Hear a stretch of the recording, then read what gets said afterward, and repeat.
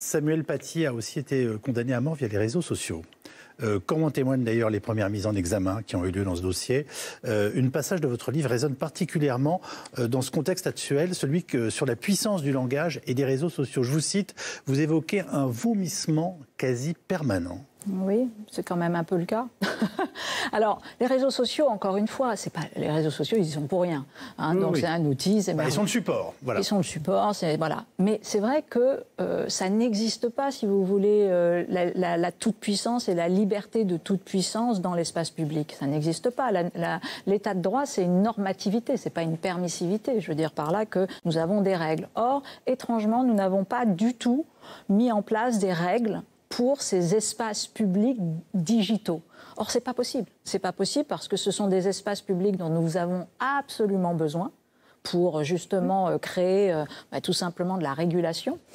Et s'ils sont envahis par la haine, de fait, ça devient tout simplement des outils au service de cette pulsion ressentimiste, haineuse, de cette hostilité dramatique. Et il faut savoir que les mots en démocratie, et c'est d'ailleurs un bon point, les mots ont une performativité, donc c'est absolument pas neutre. Ah ben les mots tuent, je vous cite, l'homme du ressentiment va vomir sa haine de l'autre sur lequel une violence physique pourra s'abattre.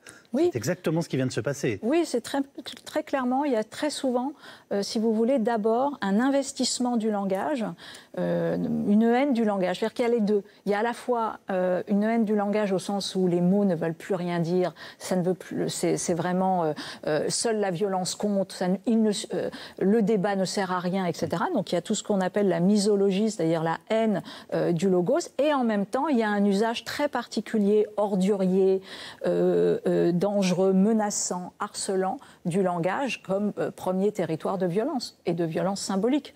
Les mots tuent. Là, en l'occurrence, les mots tuent. Les mots tuent, oui, en l'occurrence. Mais si vous voulez, on le voit aujourd'hui, les lynchages sont d'abord organisés comme ça. C'est extraordinaire. Et puis, encore une fois, les intégristes ont toujours su utiliser les outils magnifiques de la démocratie. Ils ont su les instrumentaliser pour et les retourner contre nous. Et les retourner contre la démocratie. Donc il faut en prendre conscience et se prémunir, parce qu'encore une fois, l'espace public, la liberté d'expression dans l'espace public est une chose très importante, voire sacrée dans notre système, mais il y a des règles.